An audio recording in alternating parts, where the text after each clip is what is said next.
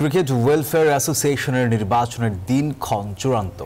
আগামী ৪ সেপ্টেম্বর অনুষ্ঠিত হবে কোয়াবের বহুল কাঙ্ক্ষিত নির্বাচন। তবে সব ঠিক থাকলে সভাপতি হওয়ার দৌড়ে এগিয়ে আছেন তামিম ইকবাল। এছাড়া সাকিব আল হাসানের বাংলাদেশের হয়ে খেলার বিষয়েও আলোচনা করে কোয়াব। আর মোহাম্মদ মিঠুন জানালেন, জেলা ও বিভাগগুলোতে নিয়মিত খেলা হওয়ার বিষয়ে তাদের সর্বোচ্চ চেষ্টা থাকবে। বিসিবিতে অনুষ্ঠিত হলো কোয়াবের মিটিং।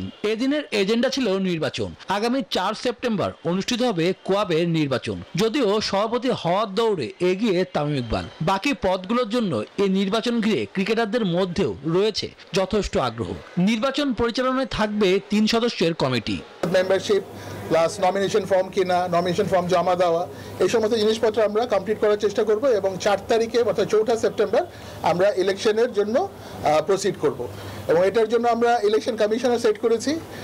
ইলেকশন কমিশনের আমরা চেয়ারম্যান হিসাবে পেয়েছি ইফতেখার ভাইকে, যিনি আমাদের বোর্ড ডাইরেক্টর আছেন, এবং তার সাথে নাসির ভাই, নাসু ভাই আমাদের আরেক ফর্মার প্লেয়ার, তিনিও থাকবেন, এবং আমাদের মেম্বারশিপ কমিটির জন্য হাবিবুল বাশির সুমন থাকবেন। কোয়াবের পদচারণা বহু বছরের। এতদিনে ক্রিকেটারদের উন্নতির জন্য কি কি হয়েছে সেই প্রশ্নের জবাব দিলেন কনভেনার।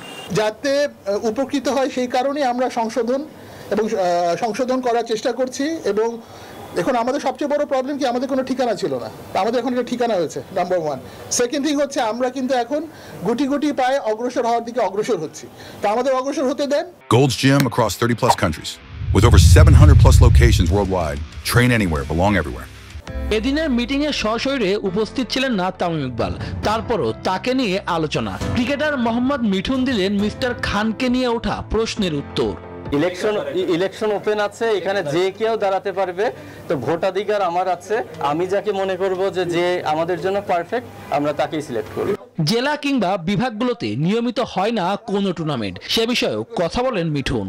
আমাদের ব্যাকগ্রাউন্ডটা আগে স্ট্রং করতে হবে। যখন আমরা ব্যাকগ্রাউন্ডটা স্ট্রং করতে পারবো, তখন আমরা এই আদার্স যে জিনিসগুলা, আমরা এটা পরিকল্পনার মধ্যে, আমি কিন্তু ক্লিয়ার করেছি, পরিকল্পনার মধ্যে আছে, কিন্তু ওইটা কার্যকর হবে তখনই যখন আমাদের সেন্ট্রালটা স্ট্রং হবে।